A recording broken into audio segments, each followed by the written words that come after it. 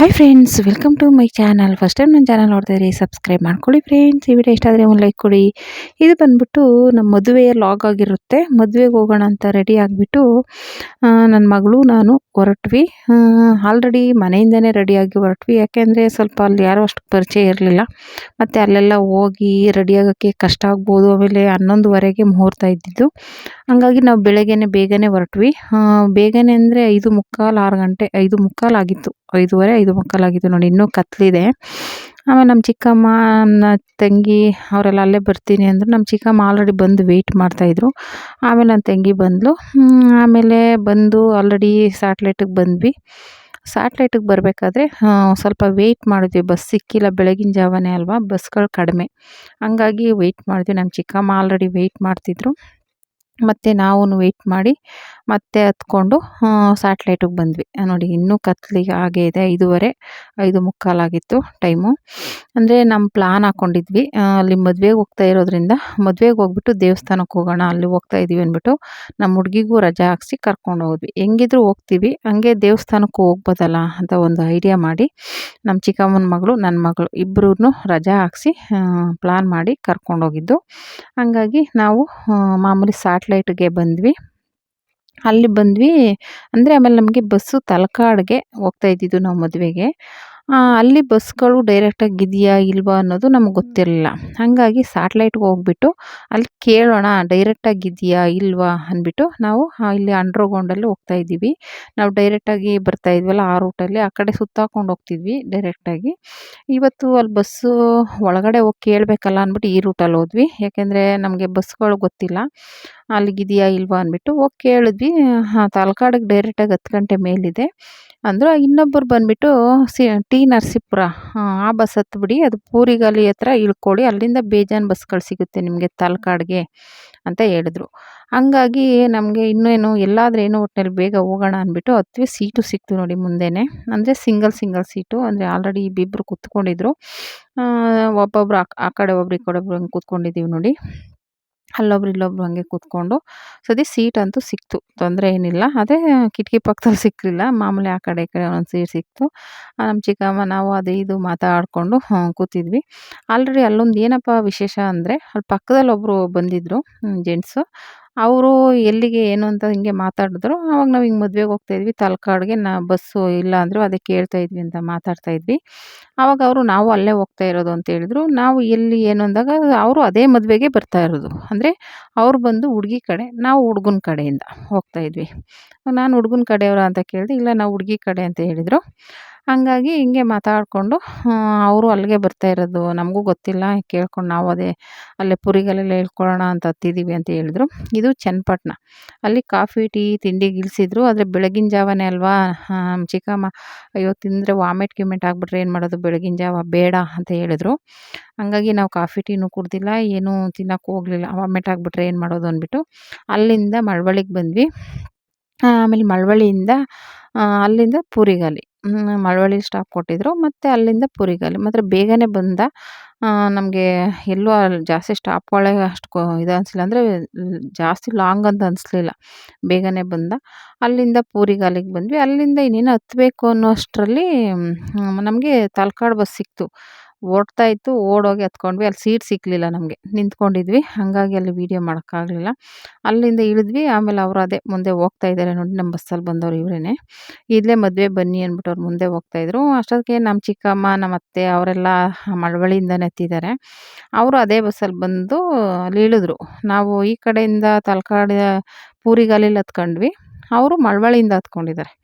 ಆಮೇಲೆ ಅಲ್ಲಿ ಇಳ್ಕೊಂಡು ನನ್ನ ಮಗಳು ನಾನು ಮುಂದೆ ಹೋಗ್ತಾಯಿದ್ವಿ, ಅವರೆಲ್ಲ ಹಿಂದೆ ಬರ್ತಿದ್ದಾರೆ ನೋಡಿ. ಅಷ್ಟೊತ್ತಿಗಾಗಲೇ ಅಲ್ಲಿ ಹುಡುಗಂದೇನೋ ವರಪೂಜೆ ಏನೋ ಮಾಡಿಕೊಂಡು ಹೋಗ್ತಾಯಿದ್ರು ಅಲ್ಲೇ. ಅದೇ ಮದುವೆದು ಅಂತ ಹೇಳಿದ್ರು. ಅಲ್ಲಿ ಒಂದಷ್ಟು ದೂರ ನಡ್ಕೊಂಡು ಹೋಗ್ಬೇಕು ಛತ್ರದ ಹತ್ರ. ಹಂಗೆ ವಾಕೇಬಲ್ಲು ನಡ್ಕೊಂಡು ಹೋಗ್ತಾ ಇದ್ದೀವಿ. ಹಿಂದೆ ನಮ್ಮ ಅತ್ತೆ, ನಮ್ಮ ಚಿಕ್ಕಮ್ಮ, ನಮ್ಮ ಚಿಕ್ಕಪ್ಪ, ಆಮೇಲೆ ಇವರು ನನ್ನ ತಂಗಿ ಮಕ್ಕಳು, ನಮ್ಮ ಚಿಕ್ಕಮ್ಮನ ಮಕ್ಕಳೆಲ್ಲ ಬಂದ್ವಿ. ಬಂದ ತಕ್ಷಣ ನಾಷ್ಟ ಮಾಡೋಗಿ ಅಂತಂದರು. ಆಮೇಲೆ ನಾಷ್ಟ ಬಂದುಬಿಟ್ಟು ಇದು ಬಿಸಿಬೇಳೆ ಬಾತು ಮತ್ತು ಮೆಣಸಿನ್ಕಾಯಿ ಬಜ್ಜಿ ಮತ್ತು ಕೇಸರಿ ಬಾತು ಚೆನ್ನಾಗಿತ್ತು. ಆ, ಆಮೇಲೆ ಅದೇನು ಬೆಳಗ್ಗೆನೆ ಅಲ್ವಾ ಅಷ್ಟು ತಿನ್ನಕ್ಕಾಗಲಿಲ್ಲ. ನಾವು ಸ್ವಲ್ಪ ಲೇಟಾಗೆ ಊಟ ಮಾಡೋದು. ಹಂಗಾಗಿ ಅಷ್ಟು ತಿನ್ನಕ್ಕಾಗಲಿಲ್ಲ. ತಿಂದ್ಬಿಟ್ಟು ಆಮೇಲೆ ಅವ್ರು ಹೇಳಿದ್ರು ಹುಡುಗಿಯವರಮ್ಮ, ಹುಡುಗಿಯರಮ್ಮ ಅಲ್ಲ ನಮ್ಮ ತಮ್ಮನ ಹೆಂಡ್ತಿ ಇದೆಯಲ್ಲ ಅವರಮ್ಮ, ಹಿಂಗೆ ರೂಮಿಂದು ಕೀ ಕೊಟ್ಟರು. ಹೋಗಿ ಅಲ್ಲಿ ರೆಡಿಯಾಗಿ ಅಂತ ಆಲ್ರೆಡಿ ರೆಡಿಯಾಗಿ ಬಂದಿದ್ವಿ. ಒಂದ್ ಸ್ವಲ್ಪ ಮುಖ ತೊಳ್ಕೊಂಡು ಒಂದ್ ಸ್ವಲ್ಪ ಪೌಡ್ರ್ ಗಿವ್ಡ್ರ್ ಹಚ್ಕೊಳ್ಳೋಣ ಅಂತ ಬಂದು ರೆಡಿ ಆಗ್ತಾ ಇದ್ದೀವಿ. ನೋಡಿ ನನ್ನ ತಂಗಿ ರೆಡಿ ಆಗ್ತಾ ಇದ್ದಾಳೆ. ನನ್ನ ಮಗಳು, ನಮ್ಮ ಚಿಕ್ಕಮ್ಮನ ಮಗಳಿಗೆಲ್ಲ ಜಡೆ ಹಾಕ್ತಾ ಇದ್ದಾಳೆ. ನಾನು ಇನ್ನೇನು ಮಾಮೂಲಿ ಸೀರೆ ಎಲ್ಲ ಉಟ್ಕೊಂಡಿದ್ವಲ್ಲ, ಮಾಮೂಲಿ ಒಂಚೂರು ಮುಖ ತೊಳ್ಕೊಂಡು ಪೌಡ್ರ್ ಗಿವ್ಡ್ರ್ ಹಚ್ಕೊಂಡು ತಲೆ ಬಾಚ್ಕೊಂಡ್ವಿ ಅಷ್ಟೇನೆ. ಅಂದರೆ ಸಿಗುತ್ತಾ ಇಲ್ವೋ ಗೊತ್ತಿಲ್ಲ. ಆಮೇಲೆ ಲೇಟ್ ಆಗಿಬಿಟ್ರೆ ಯಾಕೆ ಅಂದ್ಬಿಟ್ಟು ನಮ್ಮ ಮನೇಲೇ ರೆಡಿಯಾಗಿ ಬಂದಿದ್ವಿ. ಬಂದು ಹೋಗುವಾಗ ಡ್ರೆಸ್ ಚೇಂಜ್ ಮಾಡೋಕ್ಕೆ ಡ್ರೆಸ್ ತಂದಿದ್ವಿ.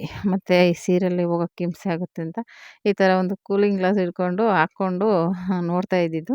ಇವರೆಲ್ಲ ಕುರುಡಿ ಕುರುಡಿ ಅಂತ ರೇಗಿಸ್ತಾ ಇದ್ದರು. ನಮ್ಮ ಚಿಕ್ಕಮ್ಮ, ನನ್ನ ಮಗಳು ಎಲ್ಲ.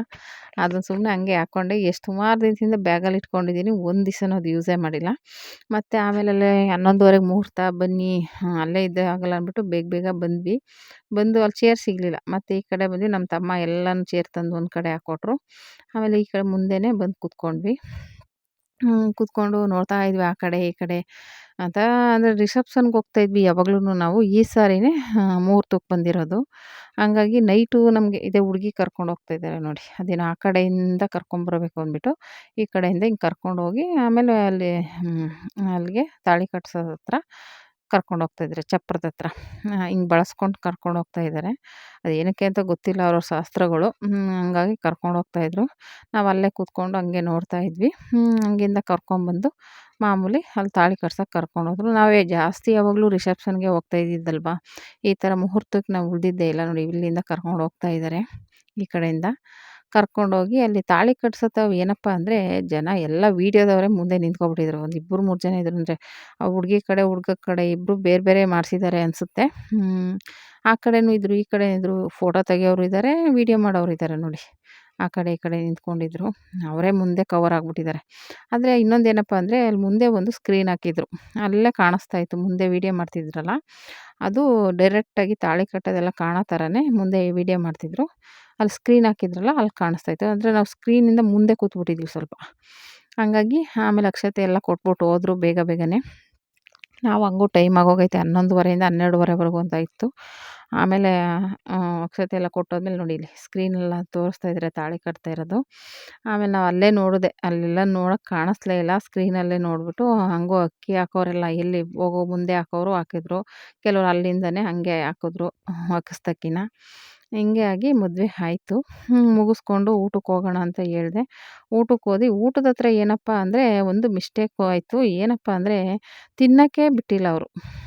ಎಷ್ಟು ಹಿಂದಿಂದನೇ ಫಾಸ್ಟಾಗಿ ಬಂದುಬಿಟ್ರು ಅಂದರೆ ಊಟನೇ ತಿನ್ನೋಕ್ಕಾಗಲಿಲ್ಲ. ಒಂಥರ ಗಂಟಲು ಸಿಗಾಕೊಂಡಂಗೆ ಆಗೋಯ್ತು. ನಾನು ಹಂಗೂ ಮೊಸರನ್ನ ಹಾಕ್ಸ್ಕೊಳ್ಳೋಣ ಅಂದ್ಕೊಂಡ್ರೆ ಹಿಂದಿಂದನೇ ಒಡ್ಡಿದ್ರು. ಮತ್ತೆ ಇನ್ನೂ ತಿಂತಾನೇ ಇದ್ದೀವಿ. ಆವಾಗಲೇ ಅನ್ನ ಸಾರು, ಮೊಸರನ್ನ ಹಂಗೆ ಹಿಂದಿಂದನೇ ಬಂದ್ಬಿಡೋದಾ, ತಿನ್ನೋಕ್ಕೆ ಆಗಲಿಲ್ಲ. ಅದೊಂದು ತುಂಬ ಬೇಜಾರಾಯಿತು. ಒಂಥರ ಗಂಟ್ಲಲ್ಲಿ ಸಿಗಾಕೊಂಡಂಗೆ ಆಗಿಬಿಡ್ತು. ಅಲ್ಲ ಊಟ ಚೆನ್ನಾಗಿತ್ತು. ಊಟದಲ್ಲೇನು ಮಿಸ್ಟೇಕ್ ಇಲ್ಲ. ಆದರೆ ಬಡಿಸೋವಾಗ ಇವಾಗ ಮಕ್ಕಳು ತಿನ್ನೋರು ಇರ್ತಾರೆ, ವಯಸ್ಸಾದವ್ರು ಇರ್ತಾರೆ. ಹೆಂಗೆ ತಿನ್ನಬೇಕು? ಸ್ವಲ್ಪ ನಿಧಾನ ಆಗುತ್ತೆ ಅಲ್ವಾ? ಅಂಥದ್ರಲ್ಲಿ ಹಿಂಗೆ ಹಿಂದಿಂದನೇ ಬಂದುಬಿಟ್ರೆ ಇಲ್ಲ ಬಡಿಸ್ಬಿಟ್ಟು ಒಂದು ಸೆಕೆಂಡ್ ಬಿಡಬೇಕಲ್ವ, ಒಂದು 5 ನಿಮಿಷ ಅವ್ರು ಊಟ ಮಾಡೋಕ್ಕೆ. ಹಂಗಾಗಿ ಸ್ವಲ್ಪ ಹಿಂದೆ ಅದೊಂದು ಬೇಜಾರಾಯಿತು. ತುಂಬ ಹಿಂದಿಂದನೇ ಬಂದುಬಿಟ್ರಲ್ಲ, ಸರಿಯಾಗಿ ತಿನ್ನೋಕ್ಕೆ ಆಗಲಿಲ್ಲ. ಹೋಳ್ಗೆ, ಡ್ರೈ ಜಾಮೂನು, ಪಾಯಸ, ಸಬ್ಬಕ್ಕಿ ಪಾಯಸ, ಮತ್ತು ಪಲಾವು, ಮಾಮೂಲಿ ಅನ್ನ ಸಾರು, ಮೊಸರನ್ನ, ಹಪ್ಳ, ಉಪ್ಪಿನಕಾಯಿ, ಮತ್ತು ಕಾಳುಗಳು ಬಂದು 2 ಥರ ಪಲ್ಯ, ಹೆಸರುಬೇಳೆ, ಮಾಮೂಲಿ ಕಾಂಗ್ರೆಸ್ ಕಡಲೆಕಾಯಿ ಬೀಜ ಪಲ್ಯ ಅದು ಈ ಥರ ಎಲ್ಲ ಇತ್ತು. ಊಟ ಎಲ್ಲ ಚೆನ್ನಾಗಿತ್ತು. ಊಟ ಮಾಡ್ಕೊಂಡು ಬಂದು ಹೊರಟ್ಬಿಡೋಣ, ನಾವು ದೇವಸ್ಥಾನಕ್ಕೆ ಹೋಗೋಣ ಅಂತ ಪ್ಲ್ಯಾನ್ ಇತ್ತಲ್ಲ, ಹೇಳ್ಬಿಟ್ಟು ಹೋಗೋಣ ಅಂತ ಬಂದ್ವಿ. ಅವ್ರು ಕುಂಕುಮ ತೊಗೊಂಡೋಗಿ ಅಂದರು. ಆಮೇಲೆ ಕುಂಕುಮ ತೊಗೊಂಡು ಬಂದ್ವಿ. ಬರ್ತಿದ್ದಂಗೆ ನೋಡಿ ಹುಡುಗಿದು ಡ್ರಾಯಿಂಗ್ ಮಾಡ್ತಾಯಿದ್ದಾರೆ ಕೈಯಲ್ಲಿ. ಅದನ್ನು ನೋಡಿಕೊಂಡು ಆಮೇಲೆ ಬಂದು ಡ್ರೆಸ್ ಚೇಂಜ್ ಮಾಡಿಕೊಂಡು ಆಮೇಲೆ ಹೊರಟ್ಬಿಡೋಣ, ಲೇಟಾಗುತ್ತೆ. ನಾವು ದೇವಸ್ಥಾನಕ್ಕೆ ಹೋಗೋ ಪ್ಲ್ಯಾನ್ ಇರೋದ್ರಿಂದ ಬೇಗ ಮುಗಿಸ್ಕೊಂಡು ಹೋಗೋದಾ ಅಂದ್ಬಿಟ್ಟು, ಆಮೇಲೆ ನಾವು ಮತ್ತೆ ಬೆಂಗ್ಳೂರಿಗೆ ಹೋಗ್ಬೇಕಲ್ಲ, ಲೇಟ್ ಆಗಿಬಿಡುತ್ತೆ. ಅದಕ್ಕೋಸ್ಕರ ಹೋಗೋಣ ಬೇಗ ಬೇಗ ಅಂತ ಹೇಳ್ಬಿಟ್ಟು ಹೋಗಿ ಡ್ರೆಸ್ ಚೇಂಜ್ ಮಾಡಿಕೊಂಡು ಆಮೇಲೆ ಹೊರಟ್ವಿ. ಮಾಮೂಲಿ ನಾವು ಎಲ್ಲಿ ಇಳಿದಿದ್ವೋ ಅಲ್ಲಿಗೆ ನಡ್ಕೊಂಡು ವಾಕೇಬಲಲ್ಲಿ ಹೋಗಿ ಅಲ್ಲೇ ಆಟೋ ಹತ್ತಬೇಕು ಅಂತ ಹೇಳಿದ್ರು. ನಮ್ಮ ತಮ್ಮ ಆಟೋದಲ್ಲಿ ಕಳಿಸ್ಕೊಡ್ತೀನಿ ತಲಕಾಡಿಗೆ ಅಂದರು. ತಲಕಾಡಿಂದ ಒಂದು ಸ್ಟಾಪ್ ಏನೋ ಹಿಂದೆ ಇತ್ತು. ಅದಕ್ಕೆ ನಾವು ಹಿಂಗೆ ದೇವಸ್ಥಾನಕ್ಕೆ ಹೋಗ್ತಿದ್ದೀವಿ ಅಂದಿದ್ದಕ್ಕೆ ಸರಿ ಆಯಿತು ಹೋಗಿ ಹುಷಾರಾಗಿ ಹೋಗಿ ಅಂತ ಹೇಳ್ದ ನಮ್ಮ ತಮ್ಮ. ಈ ರೀತಿ 2ನೇ ಭಾಗ ಇದೆ.